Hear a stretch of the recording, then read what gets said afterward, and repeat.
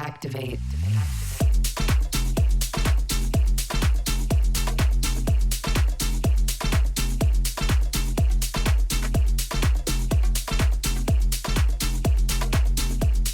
Hey everybody, welcome to This Pink Cloud. I am DJ 𝐄𝐍𝐉𝐎. Thank you. Always. Hey, we are a show about recovery, mental health, all types of pathways to recovery, and all that kind of stuff. We have got a studio full of people. Literally every mic is taken up today. Hell yeah. And every camera. Hell yeah. two cameras, one cup. What? Shut up, dude. What? I don't know. I could sense you. I could sense you were going for that. And I was just I like, do man. not know what you're talking about. Anyway, hey, to my left, love this guy. Thank you for being late today, Chad. Of course, man. Yeah. I wouldn't have it any other way, dude. Everybody's favorite co-host, Chad Lamons, everybody. Thank you, guys. Hi, I'm Chad. My name's Chittlewood. And it's not every day we get to have this guy to my right. Ladies and gentlemen, everybody's favorite mouth breather, Dusty Burrows. LPC, LCDC. MST therapist. King of the North, Dusty Burrows, everybody. Hey, what's up, Kevin? What's up, everybody? It's good to be back. I especially enjoy the walk here from the parking lot where I get to make new friends in the alleyway. Hell yeah. That's always fun. Yeah. And walking by the large trash cans and smelling the night before. Well, that's generally where I make the friends. Right? Yeah. Love it. It's all about connection. All right, so I am excited to have these young ladies in, and I am just going to go down the row and have you introduce yourself. But everybody is from Shepherd Inn, correct? It's yes. Shepherd Inn singular, and it's SHEPHERD, Yes. Shepherd Inn. Yes. So, and we will start off here with you, Victoria. Yes. Hi, I am Victoria Shepherd-Burnett. Shepherd Inn is not biblical reference. It is literally my name. Right. So that's where the shepherd comes from. Right. It's funny that you say that because I automatically was looking like in the logo, does it have like a staff and, Yes. the whole Moses thing going on? Yeah, we're rebranding right now. Right. And a too many people think we're a religious cult. Right. So for real, I'm very serious. Yeah. So we're actually moving to the name The Inn Addiction Recovery. Okay. It just seems more, secular. Is that the right word? Right. But is there, is it going to be harder to find? Like, is it INN recovery or what? Yeah, the Inn Club. like the Inn Club. We should make shirts. Okay. Ooh, I like I always gotta make a shirt. Right. Yeah, the Inn Addiction Recovery. Because I just like the analogy of an inn to me seems just like homey and like, I don't know, it doesn't seem clinical or facility. It seems like they might have pizza there. That too. There actually is a pizza in like a couple blocks away. Oh, So, nice. Okay. Yeah, not to be confused. Right.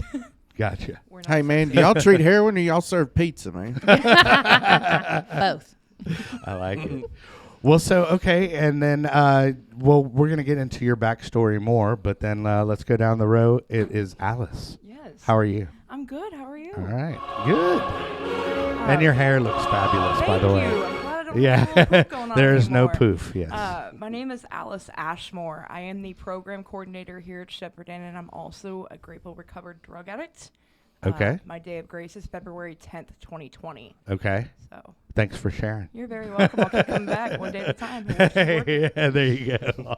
All the cliches. And then to her, I'm like doing the math. To her left, we have, and the one, the only, and I love this, we can say now that we've had Jennifer Lopez on the show, everybody. Hi, man. Jennifer Lopez is here, everybody. How are you? My name's Jennifer Lopez. I should have changed it a lot sooner. I guess I would have got a whole bunch more, accolades sooner. Props. Yeah, lots of props. So I'm the program coordinator. I'm also a social worker, a licensed clinical social worker. I'm just moved back to Texas. I was in Oklahoma for a while, but Okay. Well, welcome back. thank you. Yeah. It was, yes. It's good to be back. Yes.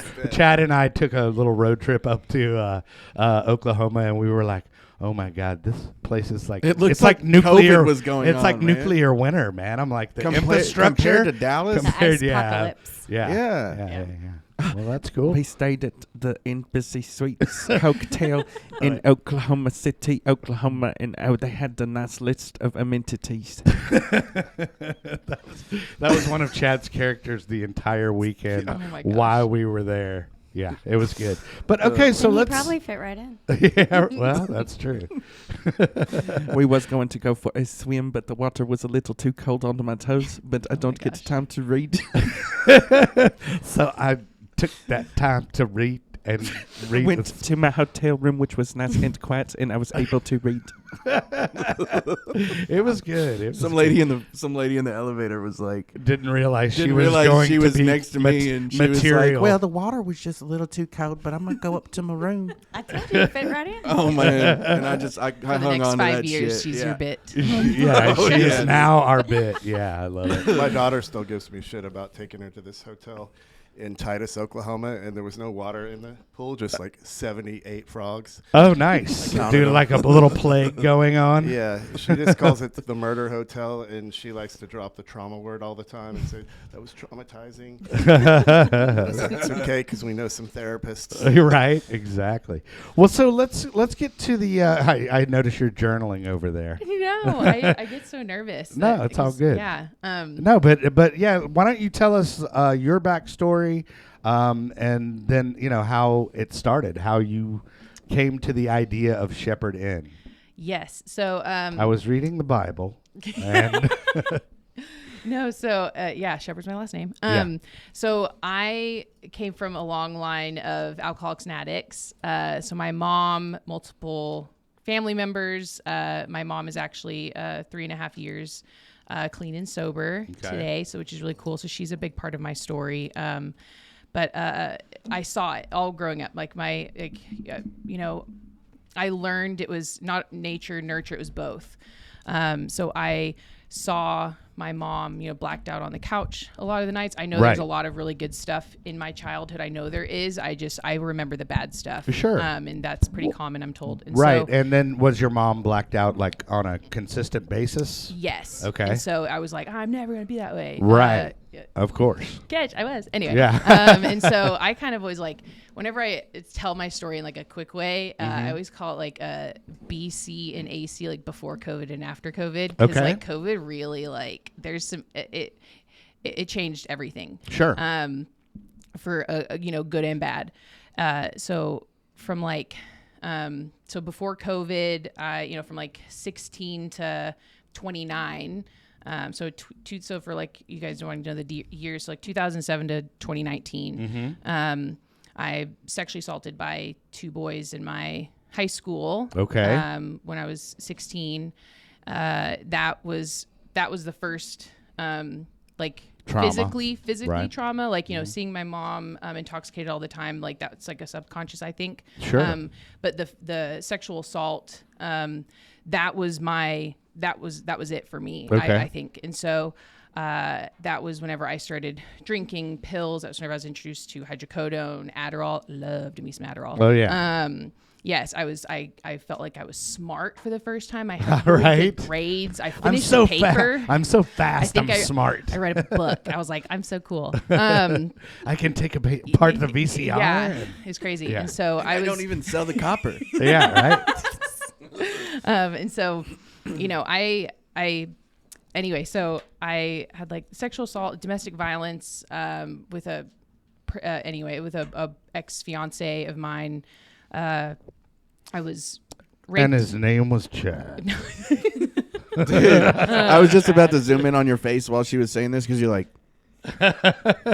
It was so it was like I didn't know who I was. I didn't have any worth at all. Like I felt like a little tiny, like a piece of shit. Like I just felt so tiny my whole life, I think. And that was my first relationship, and it was verbal and then emotional, and then at the end it was physical. I had to get a restraining order. I was living in Australia at the time, and that's a big part of my story, which I thought I was unique to. Was I was like I was moving every 3 months. I'm gonna move away from my problem because, and I also learned too through lots of therapy that we can only hide who we truly are with people that we're close to for about 90 days. And that rings so true for me because I literally told myself for 15 years, like, I'm moving every 3 months and I don't know why, but I do know why. I'm, acting right. I'm acting well. And then I get drunk, get blacked out and pee on your couch. And I don't want to handle that. So I'm just like, let me just pack up and move. Bye. Right. I've peed on your couch twice. I think I'm going to move. I was that girl. Yeah. Right. And so that it was just nonstop that. And so I dropped out of like 7 colleges. Like I changed my major 7 times. I didn't know what I wanted, who I wanted. So every time I would move and I'd get a little bit of money, I'd be like, well, I need to go to school to be a mechanic. I need to go to school to be a marine engineer. Y'all, design school, fashion design. Like it was insane. And then the last one I went to, I dropped out of was for social work. So it's just a lot of random stuff. But so now we're up to right before COVID. So we're up to 2019, and I'm so I got arrested. I was living abroad for many years. This was Australia? Yes, I was Australia, New Zealand. I was in Thailand for a while. I was actually raped and like left for dead on the beach in Thailand. Oh, wow. It's a big part of like my was that a blackout kind of an opioid thing? So the people that I was with, they those two that were I was living in a hostel, and it was on the beach, and so one of the girls, sounds safe. Oh yeah, I lived in hostels for 5 years. A hostel in Thailand. Yeah, it was so shady. I thought I was invincible. Like just called that. I thought nothing could hurt me. Right. I'm a young girl. I can take care of myself. I'm just going to go to Thailand by myself for 3 weeks while I wait for my new visa to be approved. Like that cool. And on my 3rd day in is when that happened. I take a boat from the main island to Krabi anyway, and I hadn't eaten anything all day, and so the story I think I know because I don't. I know what people told me was that I had really long brown hair, very, very tan, tattoos. Like people know who I am over here. Right. And so the people that were working the front desk at the hostel were like telling this girl that, that guy took her down to the beach and had sex with her, and everybody was taking pictures. And so I'm hearing this and I'm like mortified. And I knew something had happened. I didn't know, and I actually didn't want to know. She was in my room, and I'm like, I don't want to know. I know something happened. I don't want to know the details. She's like, please, let's go find out. I want to know for you.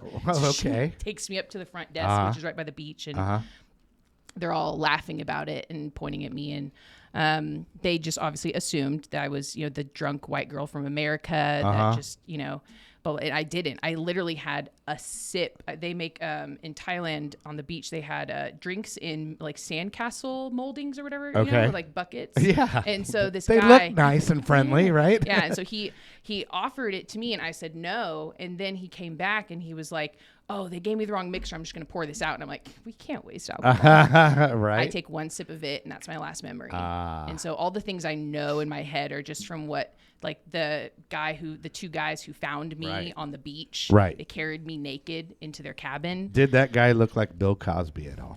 Did not. Okay. That'd be memorable. Right.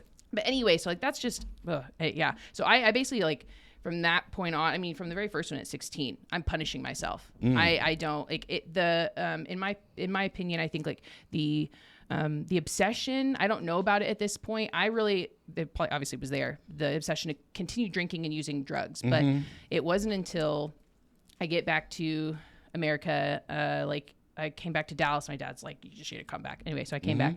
And within, I don't know, 6 months, I'm blacked out, driving on the wrong side of the road in North Richland Hills. I almost kill an entire family. outside of an Applebee's. Okay. And I used to tell that story very differently, and it was not that. It only about a year, not even a year ago, in sobriety, I started telling the truth, because it was always like, oh, well, this family followed me until I, pulled over. And that's, they followed me because I almost killed them. Yeah. They jumped in their vehicle and followed me. Right. And I left all that part out. Yeah. Anyway, so that's the truth.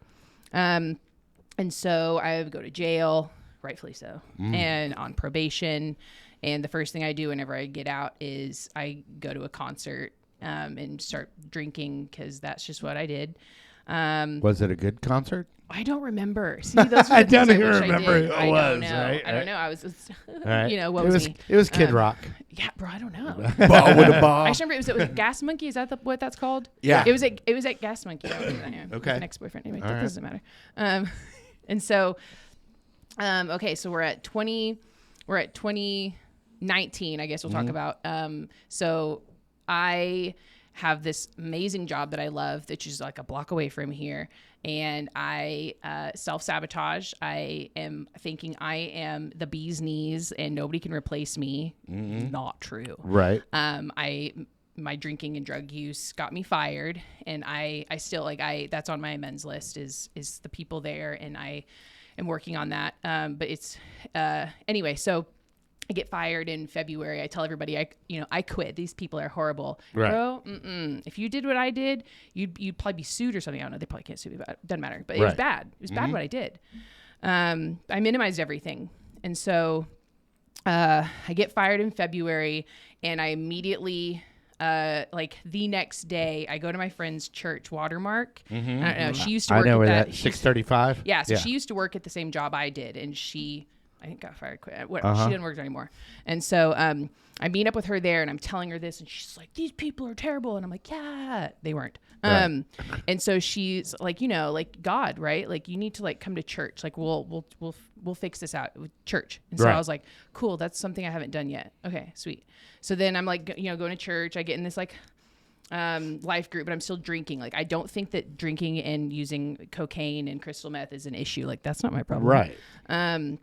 And so I continue, just not as much, because I had one of my first bottoms. My first rock bottom was getting fired from that job.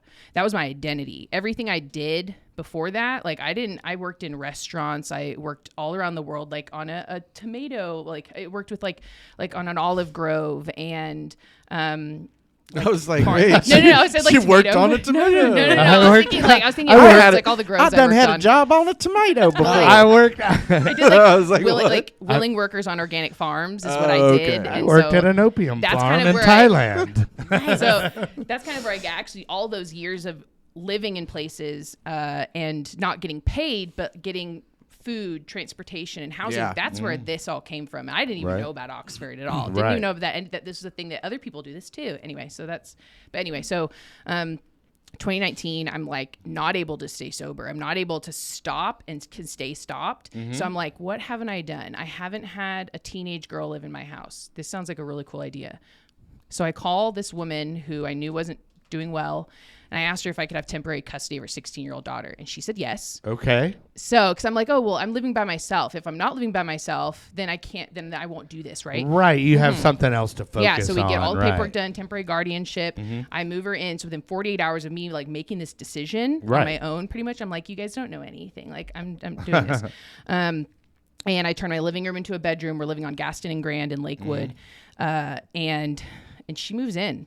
And it was really good for about 3 months. We lived next door to the YMCA. I was like, come on, my membership. It's that it's that 90-day window that you were talking about, Yep. right? So 3 months, I was great. Got her back into high school. I wound up getting to be really good friends with the executive director of that nonprofit high school in South Dallas. And then I go on a little trip to see their school, the new school that they were purchasing. Anyway, so long story short, it's not working. The one kid's not working. So what do? I need more kids. But I don't want to birth any. That's gross. So I'm gonna have all the ones that don't want their kids. Right. Come on. Yeah. And so I applied for a first-time home buying grant. My parents helped me out financially. They finished the closing costs with this grant because it was in South Dallas. It was a $70,000 house. It's a 4-bedroom. And Right. So pre-COVID. Yeah. So it. paid for everything. And I think my parents came out of pocket like $8,000 total to like closing costs. Anyway, so we get this house and I'm like, oh my God, like we can have more. And then the first girl, I'm not gonna say her name, she's like not having it because she was with me, for 6 months at this point, just me and her. And so I wound up taking in. So at one point I had 3 teenage girls, a baby. Oh, don't add, wow. That's a long story. Anyway, so I had 3 teenage girls, a 4-month-old baby. And then I also, right before COVID, so now we're at like February, March 2020. I put flyers up at every single coffee shop in the area saying, do you like teenage girls? I'm not even kidding. I'm not even kidding. It was, I have this flyer still, and I'm like, I'm looking for a live-in nanny. I can't pay you, but I have a car that I just bought a brand new Lexus. I have amenities. Because I have a good credit score. Thanks to my dad for But I had a good credit score where I didn't have to put any money down. I got this nice Lexus SUV. I had like 4 days sober and I treated myself. And I was like, I'm not going to drink and drive if I have a Lexus. Like that was another piece of doing stuff to, So, to ensure that you didn't. I'm not going to do it anymore. Anyway, so we're right about COVID time, and this woman named Allison, she answers the ad, and she is living in a trailer park outside of Dallas, and she's retired from FEMA. She's got like a pilot's license. She's got like really random stuff like me. She's really cool. She's not an addict. She's not an alcoholic. And so she, right when COVID hits, she moves in. And so I give her my Lexus, and I go buy a Vespa. Actually, it's called a 𝐇𝐎𝐿. It's a Chinese knockoff. So I'm riding around, because I'm feeling guilty. This is the first time I start feeling guilt and shame. And I'm like, I don't deserve to have this nice car. I don't deserve to have this nice. So she took the big bedroom. I took the small bedroom. The 3 kids are over here with this baby, like all the things. And then COVID happens, and my job cuts our pay, not fully, but they cut it. And so my friend's like, hey, have you ever thought about becoming a nonprofit? And I was like, bro, that takes time. And she's like, no. So she tells me another avenue called a fiscal sponsorship. It's where I go underneath someone else's 501c3 in like a second. And so within literally 24 hours, I could start asking for donations. I was like, oh, okay. So I do. So I start kind of raising money around this time. I meet my husband on Facebook dating. Hell yeah. And we met over at Clyde Warren Park. Anyway, and so then we date for how many months do you think?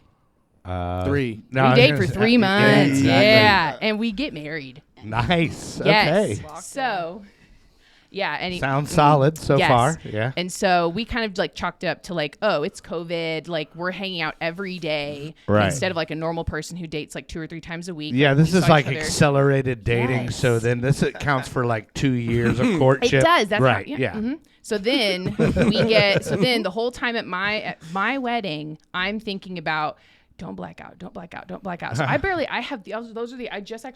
just confessed this to my husband in therapy this morning. This story. I was borderline blackout. I don't remember. No, I wasn't. I had 1 glass of champagne the whole night, but I was pissed. Oh, I had one glass of wine at my same story. It monitored the whole night. Me too. Yes. My mom's she's an alcoholic, and so she like would not come into the bridal suite to give me a drink, and I'm just sitting there and I'm like, where's my drink? Like I'm mad in my mind. I'm like, I know Patty's not. My mom's saying, I'm like, I know Patty's not bringing me a drink because she thinks I'm gonna black out. I'm not gonna black out. But I just didn't have a good time. I didn't eat any of the brisket that my husband made. I didn't do a dance with him. I didn't do a dance with my dad. I'm like, that's stupid. You didn't do dancing's stupid because if I got drunk, I would dance and I would probably fall in the pool.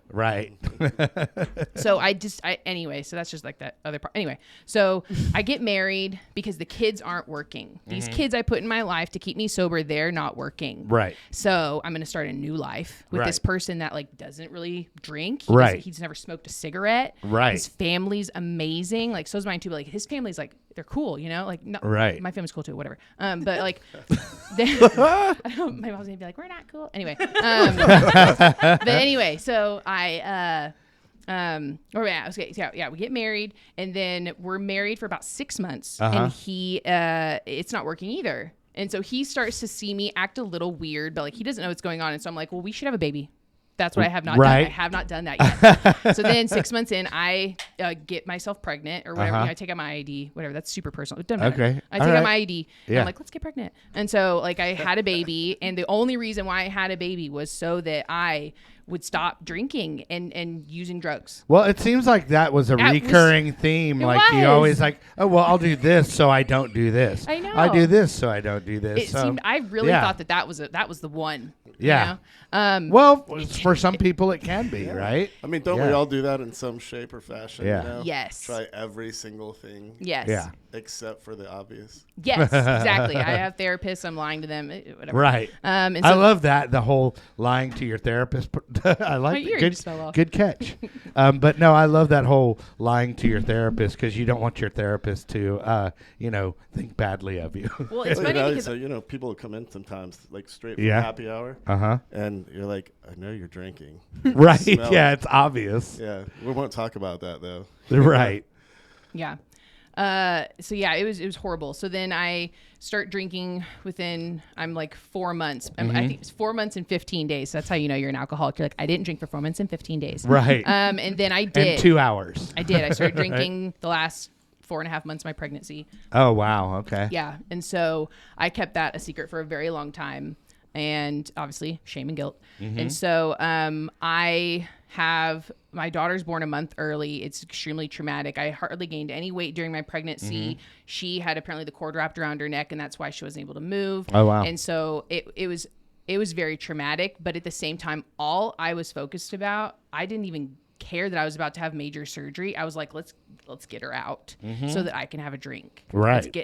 I was so selfish in those moments, but I was pretending to care about my child, which I did. I do. I love my daughter. I'm sick. My brain does not work right. And so that's all I care about. And so, they're pulling her out and the cord's wrapped around her neck and she's so tiny. And like, I feel like but the thing is I never got to feel her move in my body. They, I didn't get to push her out. Like they cut her out. And so I've talked to like a therapist, like an attachment disorder and, it's something I am working on. But so I have her what is it? March 31st. I did think about it. March 31st, 2020. Two. Yeah. Two. Sure. Yeah. Yes. And so anyway, so I have her, and then y'all, it's balls to the wall. So my Right. mom had to step in and take over Shepherd-Inn. Okay. Because at this point, so our demographic is just trauma. So it's like girls who've aged out of foster care. So I was taking in young girls, like 14, 15, 16 for the first like year and a Right. half. Well, what 2 is years. foster care up to, like 12 or 13? Foster care? Yeah. 18. Oh, 18. Yeah. Okay. So But I thought you said it was for girls that aged out of foster care. So originally it was young girls whose parents wanted to avoid CPS cases, essentially. So they temporary surrender, gave their kids to me. Gotcha. So then that's whenever I got married, and I was like, this underage shit is hard. It's really hard. Right. And so I was like 18 and up only. And so then I get connected with like City Square and track program. It was like girls who'd aged out. So I was then I had like 18, 19, 20, like younger girls who'd aged out of foster care and had nowhere to go that had experienced some type of like sexual or domestic violence. So that was my demographic because that's what I could relate to. I can't relate to the foster care part. That just kind of happened. Right. But the sexual, domestic, all the trauma, that's me. I can identify as that. So then whenever so we get into our house that we currently have right now, and I meet up with a girl who she is like 10 years sober from crack cocaine. And so she's wanting to like kind of partner with me to help her demographic. And I'm like, yeah, totes. Like, I love that. And so we partner with Homeward Bound. So drug addicts got that. I used to do cocaine and crystal meth. I can identify with that. Trauma, totally identify with that. So that was it. It was Homeward Bound, like hard drugs and PTSD type stuff. So then I have the baby. I'm going, I'm blacking out every night. I'm like not breastfeeding. I don't take care of her at all. And so I kind of just do whatever I want for about 4 months. I was extremely suicidal. on a daily basis, hoping I wouldn't wake up every single day. My husband has like no idea. He's like, I don't know what's going on. Yeah. So my mom's running. How the long program. how was that? I mean, I'm sure it's a full-time job, like they say, you know, What? Keeping everything hidden Oh, a from baby? everybody. Oh, no, what? no. Oh. I'm talking about keeping your addiction hidden from, you know, your husband and everybody else. Yeah. Well, I mean, I ran this organization, so Yeah. it was really. Yeah. I mean, I wasn't actually hiding it that well. Right. And so, everybody As well knew. as you thought you were. Yeah, they all just thought I was nuts, like making horrible decisions, like kicking people out for like relapsing on weed, you know. And so like there's a lot of stuff that like obviously I'm ninth step, fourth step, that kind of stuff, and so I am working actively on, and hopefully one day God will present. There's a couple of those girls that I have no idea how I could ever find them. But I know that I owe them an amends for my behavior, and God will present them to me at some point in my life when he knows I'm ready. I will see them on the road and I will not run away. Right. That's my like that's my dream in all of this is to be able to go up to those people that I can't find, that I know I've hurt. Sure. And so anyway, so at the end of August of last year, I get some flyers on my door, and it's the Magdalene House. They're apparently a block and a half away. I go to their website and I'm like, oh my God, there's a treatment center a block and a half away. Maggie's we house. can get clients from them. Yeah. Yeah, obviously like God's putting that flyer on the door for me, and I didn't see that. And so I actually emailed the Magdalene House that same day, and was like, hey, I was like, I'd love to meet with you guys and know what you're doing. I had no idea who they were. And they're, a recovery community for alcoholic women. I didn't read any of that. I just saw treatment center, like social detox. I was like, oh, cool. And so we had, at this point in the end of August, we had no money left at Shepherd-Inn. We had raised donations. And at that point, like I didn't want to raise money anymore. I was like, I'm done asking people for money. Like if money is supposed to come and God wants to save this, he's going to save it. And it was very much like just hands off, not trusting God, just more like poking at him. It's like, I don't know. It is bad. And so I stopped fundraising obviously during those 4 months. And so we had no money like towards the end of that time. And so it was whenever I finally was like, you know what? I think I need to go to this place. And I met my first sponsor, Tara Draper, through, oh my gosh, I'm not supposed to say people's names. Whatever. Sorry. She's your sponsor. She's not like she was your sponsee. So. Anyway, so anyway, she really, oh my gosh, she helped save my life.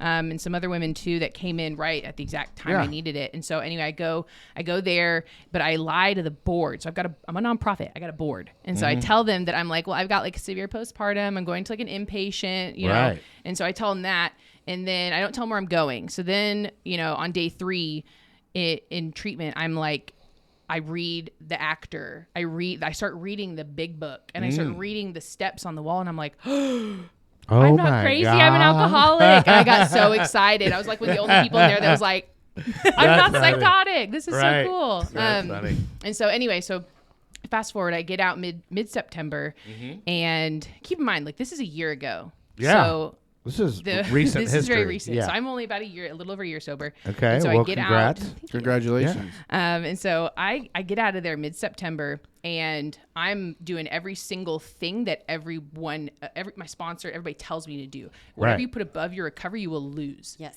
I took that so seriously. I was just like, cool, mother-in-law, mom, I need you guys to take care of the baby. And they're like, okay, we got it. Yeah. So I did IOP for 3 months through Next Step at Maggie's. And I like, not that I made a bargain with God, but I was like, we don't have any money. Oh yeah. So I get out of treatment, and Lake Point Church in Rockwall, they donated $13,000, and like they didn't even know what actually was going on. They said, Victoria, God put it on my heart to give this to Shepherd-Inn, and we don't know what's going on. We don't know why, but this is it. And that was literally our operating budget was only $5,000 a month. Right. It carried us to literally mid-December when I got out of IOP. Right. Wow. And so I get out, and I like kind of made a promise. I was like, God, if you take care of this and just let it be till I get here to this point where I finish IOP and I'm a little bit more stable, I was like, I need you to help my brain. And so that's kind of where the help comes into play here. Well, here, I'm going to awkwardly throw to commercial real quick, and then I want to get, to how these ladies tie in with the organization, and then also what the organization offers. Yes. So, but right now we have our beautiful sponsor, Max the Axe, with the new logo. He's so beautiful. He's a beautiful sponsor. Yeah, but if you go to thispinklawyer.com, it will take you to his website for Lone Star Injury Attorneys. He is a personal injury attorney that practices in Texas and in California. So hit him up, and he will get back to you for sure. And then, Chadwick, we have some new music. Did you want to play some of that new music for the people? I just say, this next song, it's special to me. So I'm going to put this little song on right now.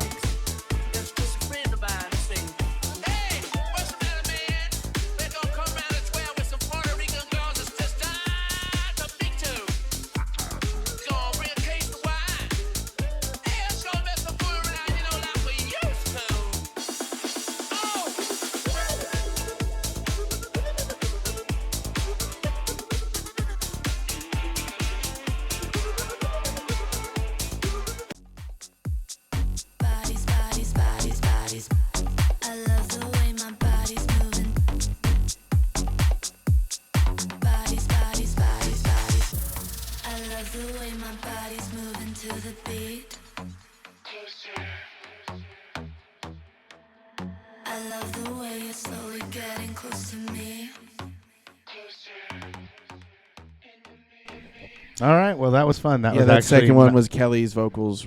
That's right. He sang that entire thing. Right, and Chad did the first song. Yeah, he's Mick I Jagger. did. No, That's I right. did. I mean, that's really sweet of him to say that, but I didn't do that. First one. But if you want either of those songs, actually, you can go to my SoundCloud for that Rolling Stones. Just go to Kelly Reverb on SoundCloud.com, and you can download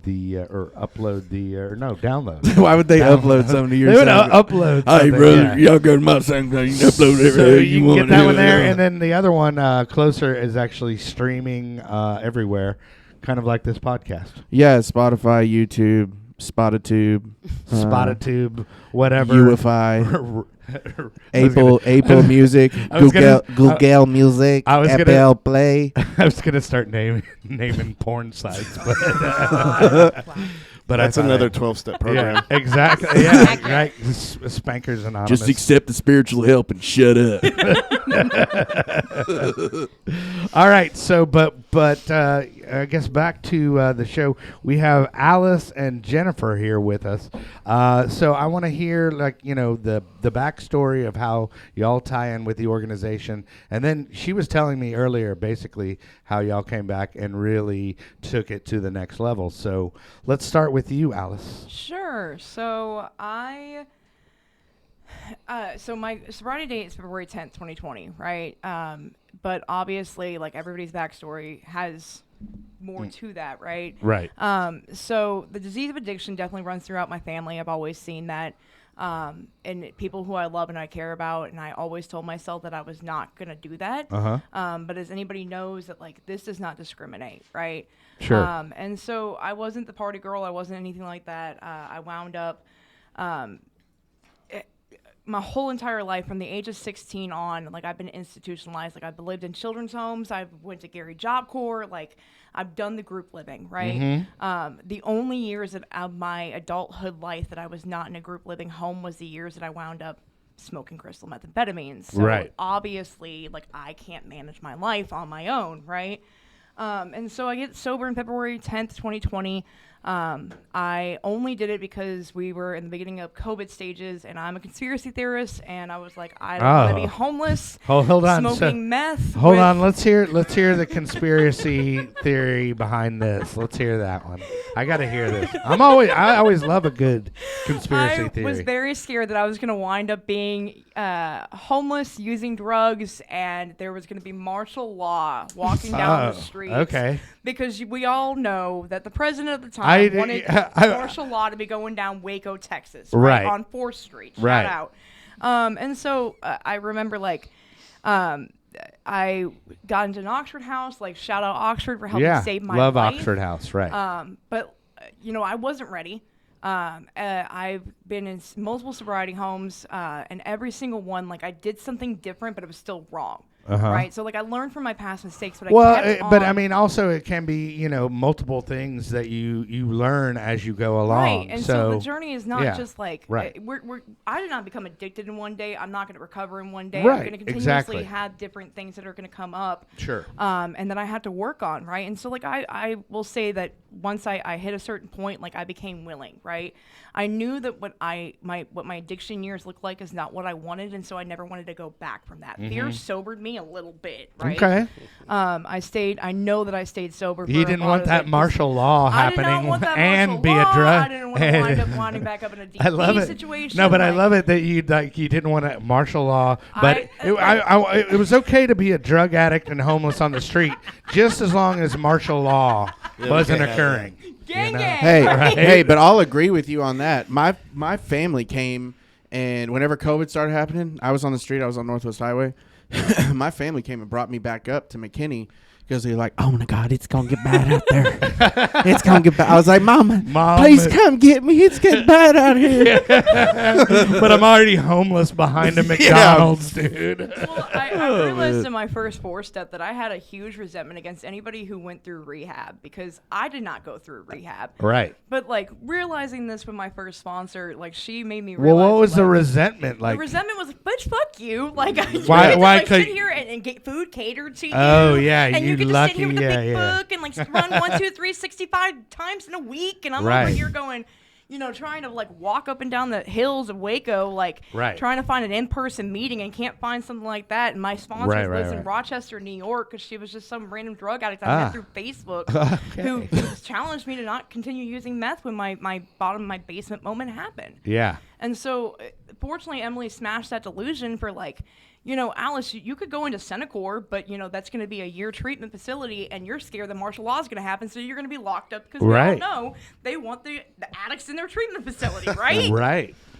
Thank God. You want to play into their hands. Right. And so I went into an Oxford house in Waco, was asked to leave. Wound up in cement that night. I wound up in a Salvation Army. The Salvation Army in Waco can only at the time house 6 women. Right. So I was one of the lucky 6. I had to pass a COVID test to get in, like the whole 9 yards. And I realized that like this wasn't the life I wanted to continue to live. Like I wanted better for myself. And so when I was asked to leave the Salvation Army because they had that time gap, even though I was there, fortunately during the shelter in place, part of COVID, like I was sitting there and I was like, man, the last thing I want to do is get back on the streets, right? I'm like, I've already dealt with all of that. And so I remember my first night in Oxford, I met this woman who she was like, if you ever want to get out of Waco, we have Oxford houses in Tyler that are struggling for membership. And I was like, you know what? I need to get out of Waco. Like, they tell me to change my people, places, and things, when really, in all reality, that's not what it says. Sure. And so I was like, I know where I can score in Waco. I don't know where I can score in Tyler. And Dallas seemed too scary for me at the time because I didn't know anybody up here. And so I go to Tyler, and, like, I'm there for a year, and, like, get super involved in Oxford House. Shout out to all those people who I met there. And I wind up, doing something else, right? And so I screw up. I was in a mental and emotional relapse. Like, people tell me, like, I worked at what's the word, like a work fellowship. They used to always say, or still say, don't use no matter what. And so, like, I went through a lot of things, and, like, I did not use. That was one of the only things that I did right. But in a lot of times, like, looking back, like, I caused a lot of harm by not hitting my bottom again. You know? And so I had a friend of mine who, shout out Alec, like, he sat there and he goes, Alice, your recovery sucks. What are you doing in Tyler? Come on down to Dallas. Like, we'll figure it out, right? And so I get into another Oxford house in Dallas, and, same things happen. Like, I continuously hit these blank walls, and I'm like, I'm switching fellowships, and I'm switching sponsors. I'm doing the 1, 2, 3 shuffle. Like, I'm doing everything that you guys are telling me to do, and I'm still not getting it. Like, Dusty said something earlier. It's like, I was looking for my cocktail, like the perfect cocktail that people were like, okay, if I take 2 Adderalls and I drink this much and I do this much a line of Coke. We're all that just was trying how to get I was there. With recovery. Yeah, I was always, do this, be this service position, living in this sober living home, work in this fellowship. I had this sponsor. I go to this H&I go to this meeting, and it wasn't working. It still wasn't working. And so it was like I was getting a lot of experience, but I wasn't getting what I needed. Like I really wasn't happy, joyous, and free. And so, like, I've always had this sense of, like, trying to find who Alice is, right? Like, not knowing where I came from, and trying to figure out, like, where I'm going, right? Because when you live in the institutionalized life that I did, like, I didn't see myself past 18. And here I am now. I'm 28 today, so I'm still trying to figure this out, right? And so I switch fellowships. I find a sober living house that I think is working for me. My hours at work got cut. I remember I had a really deep depression. My sponsor liked to say that it was a spiritual malady, like extremely. And so like I shout out to the few special people who were there during my dark moment there. But I firmly remember sitting there on FaceTime with one of my best friends in the world and telling him, like, I want to give up. I want this to be my end, right? Like, what do I have that the newcomer wants? I'm 3 years sober and I'm still fucking miserable and I want to blow my brains out. Yeah. And so I remember him telling me, he was like, Alice, you're going to be fine. I'm going to talk to you in the morning. And I mean, he did the same thing. He called me 7 a.m. that next morning. I hadn't slept a week. And he told me later on, he was like, I firmly believe that you had some willingness and some hope. And I said, nah, man, I think it's I had a hand of Providence on me. Like, because I was done. I was done trying to do this thing. I was done trying, like, I was this, in my mind, this poster child for recovery, right? And I was, like, still not freaking enough, right? And so I wind up humbling myself, and 3 years sober, I wound up at the Dallas 24-Hour Club. Okay, shout out Dallas 24-Hour Club. And I remember the woman at intake, she walked up to me, and she's like, how can I help you? I said, what do I need to do to get a bed? And she goes, I don't know. And I thought she was like, ha, ha, ha, ha, like, here's secretly what, like, form you fill out, let's pull you in the back. And she goes, ma'am, I don't have a single space for you. And I'm like, I will take a mat in the kitchen. Like, I will sit up. Like, I know the stories of Dallas 2-4, right? Like, I was like, I'm willing to do anything. Like, I have humbled myself, and then you tell me no. And I'm like, what kind of sick game is God trying to play here, right? And so I'm sitting here, and she hands me this resource list, and I start calling everybody on that resource list, and nobody had answered. Right. And I remember, like, my thought came into my mind of, if I go use right here, right now, I could be in Homeward Bound tonight. Right. And I was like, hold the hell up. Like, hold up. We've gotten kicked out of sober living homes. We've gotten laid off from jobs. We've gotten fired. Like, we've gone through breakups. We've gone through death. We've gone through all of that clean. And this is going to be my breaking point. This is where Alice's story ends. And I was like, I've always had this fight. Like, I will get, like, beaten down to my knees, and I will get up and I'll stand and I'll fight 10 times harder, right? That's something that's not chronically different about Alice. I think that's anybody who suffers from this substance use disorder, right? But I've always been very resilient and very ferocious when it comes down to that. And so I sit here and I'm like, here's a thought. Let me call my sponsor. So, because I'm scared, right? I'm like, I don't know what the hell to do. This is the sponsor that's in New York. No. So Okay. I've been through multiple different sponsors. Okay. Emily passed away in April 2021. That was part of my mental emotional relapse. But my sponsor is a woman named Bren Hansen. She does not care if I say that. Okay. But shout out Bren. I have been with her for almost a year, the longest time I've had a sponsor. And thank God, because that woman will not co-sign my bullshit, and that woman will challenge me and make me grow. And I really do appreciate everything she does. Cool. But so I call her, right? And I'm like, Bren, like, here's what my thought is. Like, I'm trying not to freak out. Like, I know that something's going to work out, but in the moment, I don't know what it is. Right. And she goes, have you thought about Shepherd-Burnett? Right. And so I said, no. And I kind of knew about Shepherd-Burnett, but, like, when I looked into it and I called a friend of mine who lives there, and she, like, we only have, like, 3 or 4 beds here. And, like, she's talking about her own, like, the house that she's living in. Like, I did not know how big Shepherd-Burnett was at the time. And so I'm like, you know what? Like, do you think that she's going to have a bed for me? And I remember them going, like, I don't know. Like, you can try. And I was like, man, I'm going to wind up with a pipe in my mouth tonight. Like, let's try this, right? Sure. And I'm like, ooh, Shepherd. I'm like, that sounds very religious. And I was like, Alice, you thought the same thing about Simply Grace. And Simply Grace is not a religious organization, and Simply Grace is a great sober living house. But I was like, Shout out Jen. Shout out Jen. Am I really willing to truly go to any lengths? And I was like, I'm willing to try this, right? So I it was like, okay, Brent, can you send me the contact information? And I love my sponsor to death because she does stuff like this. And she goes, Alice, I don't have her phone number. I don't have the contact information. Google it and find it out. Figure it out. And she's like, I got to get back to work. Love you. Bye. Keep me updated.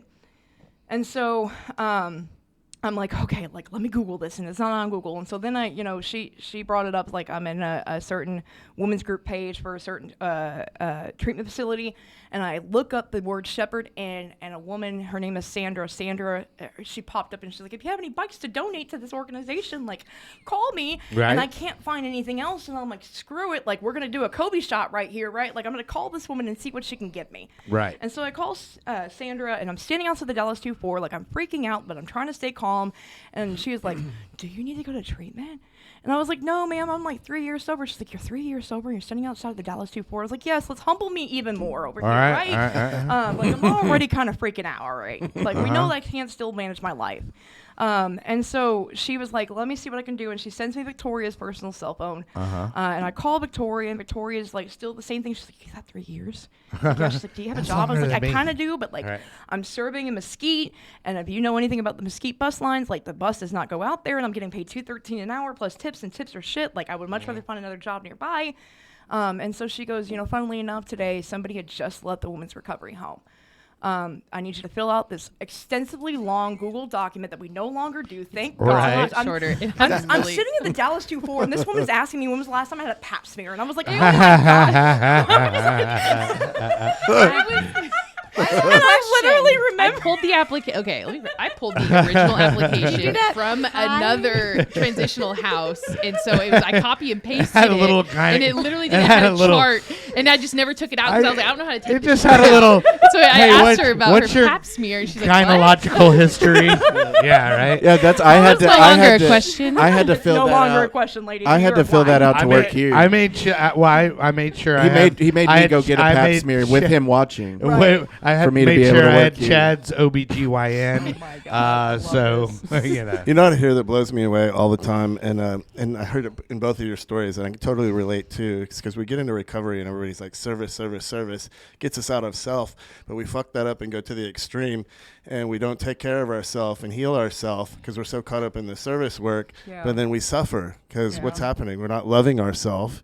And we're not healing ourselves, and then we wonder why we're crashing and burning emotionally and mentally, and trying to heal through surrogates. It was a big part of my story too. It's why it resonated with me. Yeah. But I wish people would, if they take away something from that, is just because you're doing service to get out of self, you still have to love self. Yeah. Well, and you still have to, clean up that side of your street that's in your head. Yeah, because sobriety isn't recovery, and recovery isn't sobriety. Yeah. We can be as sober as a nun, but still so dysfunctional. It can also be another addiction, because it's like, I'm getting dopamine shots because I'm over here like little dopamine hits because I'm like, oh, I went into this house and I sat there and I talked to this woman and like, I know I'm literally, I joke about being like a sober house or a fellowship Jesus, right? It's like I've saved the day and I've helped you, and you're helping me because I'm sober another 24 hours. And it's like, have you done your 4-step?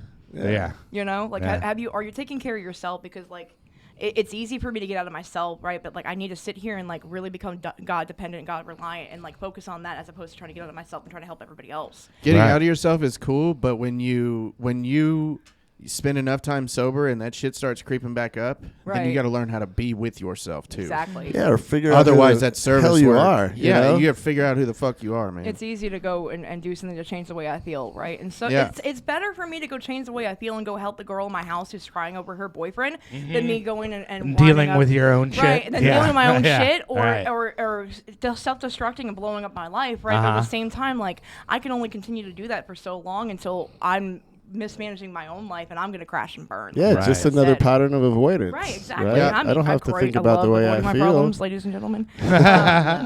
If I can't see you and I can't hear you, you're not there.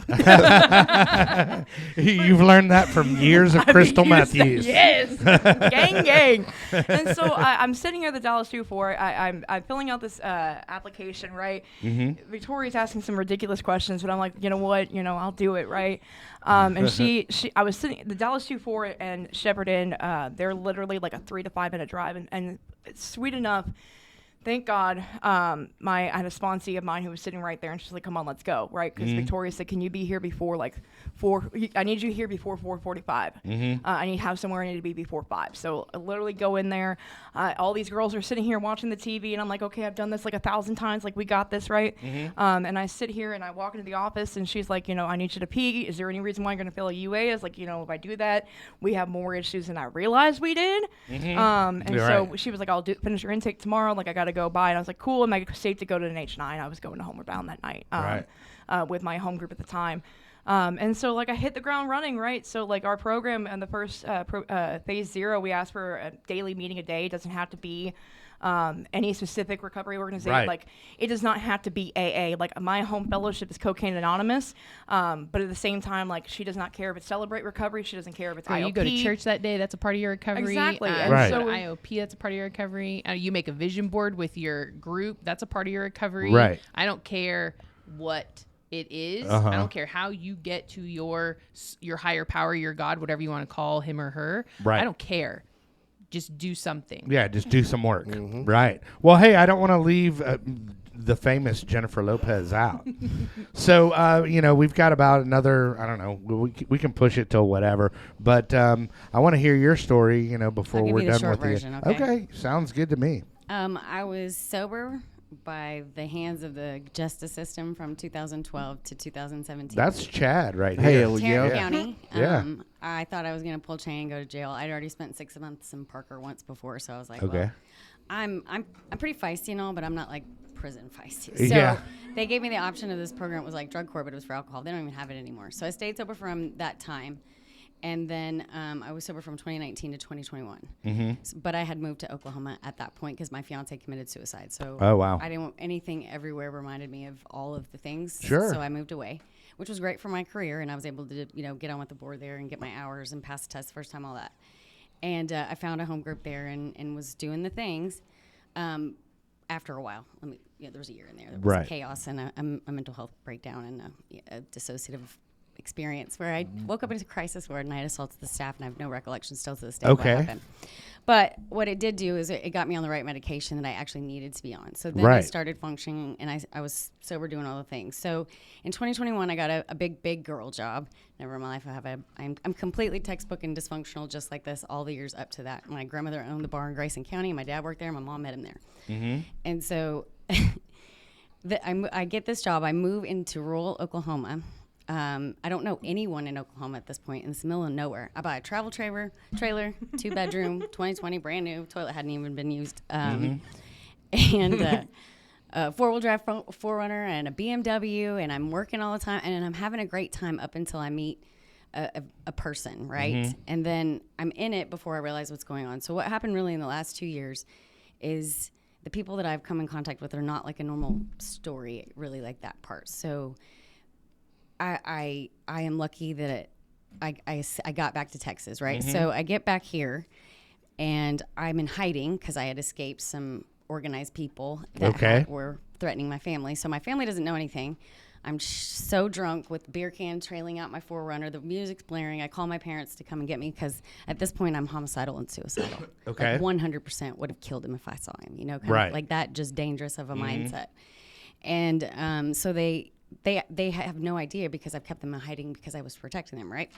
So anyways, they come pick me up. I go to Maggie's in my 6-year-old niece's underwear and shorts because I had nothing with me. Okay. I was like, I don't care. Just get me there. Right. Just get me there. I don't care. And I knew that I was going to do that, or I was going to do the treatment, right? Right. So I do the 2 weeks. My sponsor, who's amazing, absolutely the most. Shout out Lisa. Hopefully she Right. won't care. And I did anything I was told. The staff told me. She told me anything that she told me to do. I just did it. Wouldn't have mattered. Didn't care about anything else. Didn't know where I was going to go. I was just going to go to the 2-4. Well, she brought up Shepherd-Burnett Okay. because of the women component, because it wasn't co-ed. Right. And I was a panic-stricken mess to even sit next to people. Sure. And so I did 6 weeks, I guess I was in there. Everyone thought I did meth because I couldn't sit still. But it was not my affliction. Right.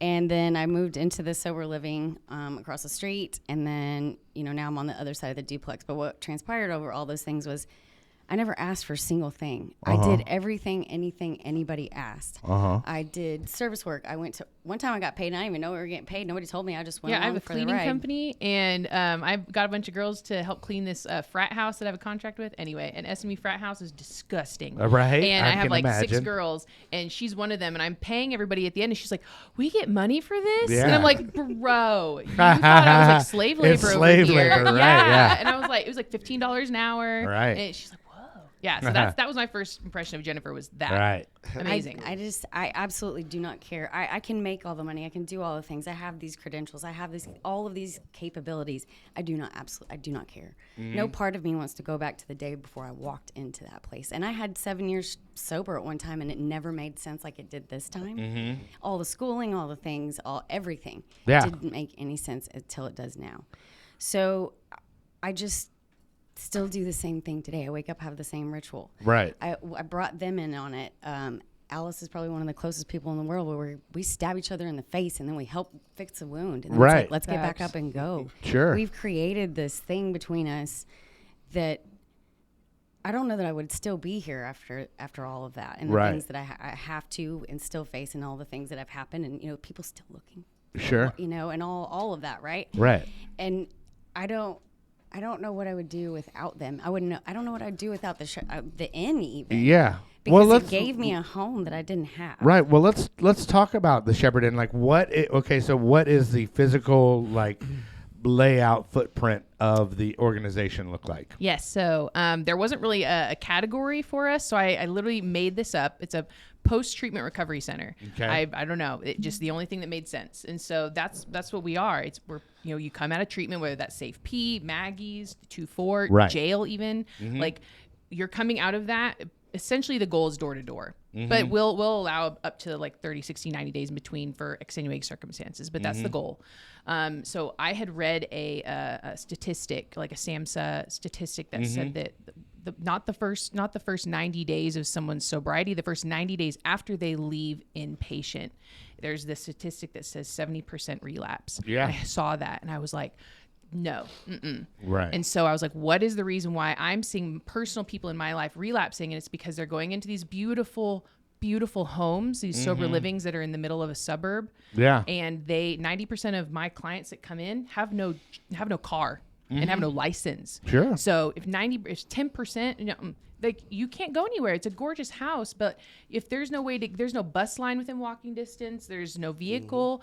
That's barrier number 1 on top of like 10 others I can name, but I'm not going to. So we have a 100-day no cost women's recovery home. We pay for your groceries, your food, your housing, mental health. So we have a on-site, we have people that come in and do parenting classes. We have group trauma classes.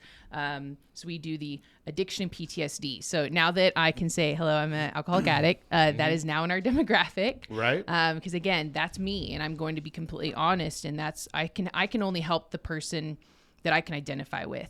Sure. And that's alcoholic addict and past trauma. And so we cover all those costs. And then we also have a financial planning component. And so for about 2.5 years, I co-taught a financial literacy class at that high school from that first girl. Right. And so I'm extremely good with money and budgeting and brilliant at it. And so I need to talk to you about that. I love it. It's like, Right. I love it. And so I made that as a component into our on-site case management. They do 30 minutes a week with a case manager. It used to be me. Shout out. We have a case manager. Anyway, so I'm not doing everything now, which is amazing. Right. And I don't want to do everything. And so we have this financial savings piece where like we live right by a Capital One. And so within your first 2 weeks, you walk your happy ass over to Capital One, you open up a high interest savings account. Right. And we are going to do this and we are going to be held accountable. If you decide you want to take all your money out and you want to spend it on a neck tattoo, it happened once.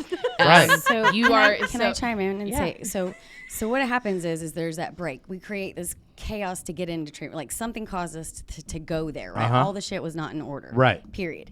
So there is a 90-day window where they take care of all of that stuff. So I can figure out just how do I go back to doing these things and I'm not scared to death to work and to get a job, to do all of them. And that's why it's transitional. Like, Sure. I've never seen that big of a gray area that saves so many things because. Well, that's a big deal, Yes. like the whole transition part of it, because, like, you know, a lot of people don't have their license. Chad didn't have his car, you know. Chad, I mean, you know, Dude, getting my license was a fucking pain in the ass. There's some shit you got to clean up after. I let mine expire, and that was it. After over 2 years. Yeah, or but I mean, after Good luck. after incarceration, there was a whole, you know. Yeah, if you don't go to prison, then you don't get an ID. So then you're. And well, exactly. Right. So that was the Yeah. gap the that I system saw. makes it hard on all they do. that on everybody actually. Yeah. Was most of Fuck these the girls, so system, you can't even, so Damn the what man. I was seeing is sober livings, you know, they might give you 2 weeks for free, or that, you know, you put it on the back and you pay them back later, but people were never getting out of debt. Right. And they were having to get a job within 2 weeks. They don't have an ID. You're put them in the middle of nowhere. And Yeah. And it then didn't ultimately work. they put Didn't things work. in front of the recovery because they have to. You have Right. to put That's what them in, happens. exactly. And so I wanted to build a place where what they told me in recovery is whatever you put above your recovery, you will lose. I wanted to give you a place where you could actually do that. Okay. And so I was able to, 9 months into my recovery, just like what Dusty said, my shit hit the fan. Right. I put service work, I put everybody else above me, and I plummeted. I almost relapsed, and I didn't because I had the people around me, and I moved into my own sober living. I was able to do that 100-day program. I think I did 2 months, and I was like, you know what? I've done everything else, but I haven't done this. The one thing I'm telling people will save their lives. I think because I'm the executive director, that's too. I can hum myself, but I can't hum myself that much. Right. No, I was going to die if I didn't, and I did it. I went and I got a pull-out couch, and I slept on the Slept couch. on That's kind of Yeah, she ironic did. that you basically created your own solution. I know. That's what I was like. Think you got it. You did Yeah, it. that's kind of weird. Yeah, so I slept on the couch. Well, me how and her do were roommates. how do It was people cool. like, if they want to, you know, use the resource of Shepherd Inn, how do they get in touch with you? Where do they find you? So shepherdin.org is our website. We actually have 6 properties. So we have that recovery home, and just since September of last year until February of this year, we acquired 5 more. Oh, wow. So we were seeing, so all these people, like we had 15 initially that came through the recovery home, and they couldn't find anywhere to live afterwards. It was too pricey.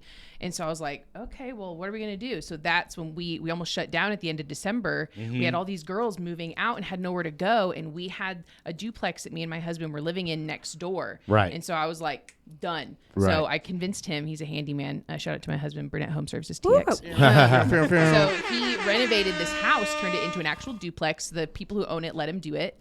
And that was our first sober living, was half of a duplex. And then I was like, okay, so now we have just enough money from the profit But you've on that lived one. in all of them. I've lived in all of them. Right, Yes. yeah. Because that's kind of how it worked, is we found these houses that needed work. And me and my husband, you know, because of him being a handyman and me being, you know, negotiator, hey, let's negotiate this rent down. Let's negotiate these deposits to very little, and let's move into them. And so we literally have lived in all of them. Right. And so now we're back to where we started in this 4-plex, and my husband's renovating the top 2 units, and they're going to open up December 1st. Okay. So then we'll have 40 beds with 40 clients total, 6 live-in children, and then Yeah, a you couple were staff. saying that you were going from women to couples. Yes, and, that's okay. the coolest part. We have a Yeah. triplex Okay. where that's couples sober living and small family couples sober living.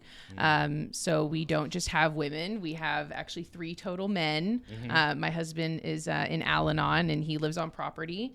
And so we have 3 dudes Okay. in our I think the organization. relapse rate And you guys from still that 90 18 days and is up? like, oh, sorry. Oh, you're cool. Yes. Still 18 and up? Okay, cool. Yeah. Oh yeah. So The yeah. relapse So rate. our So how it relapse, yeah, works, just in yeah. the last year of tracking. So relapse rate. That was what I always wanted to know, and we've had it's a 5%. Okay. So our relapse rate is 5%. Sweet. In that In that 90 days. in that Nice. 100-day home. Because of all the things, it's just like, Right. It's Yeah. just crazy. Well, cool. Well, I want to thank you guys for coming out and sharing your hope. And, you know, too bad we didn't have more time. But, you know. But so once again, if they want to reach out to you, it's what? Shepherdin.org. Okay, beautiful.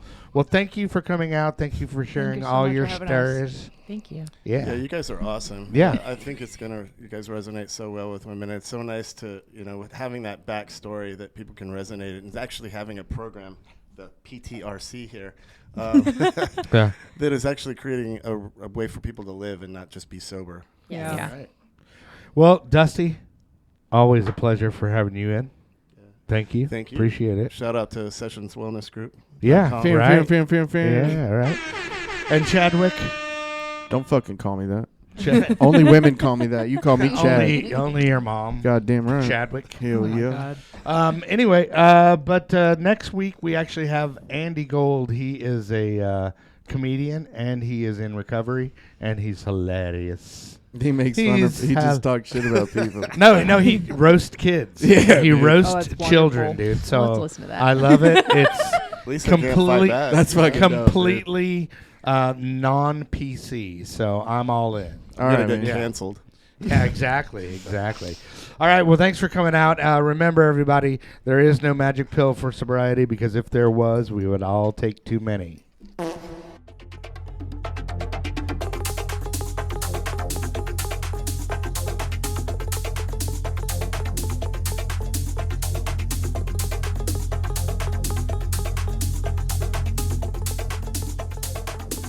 Activate.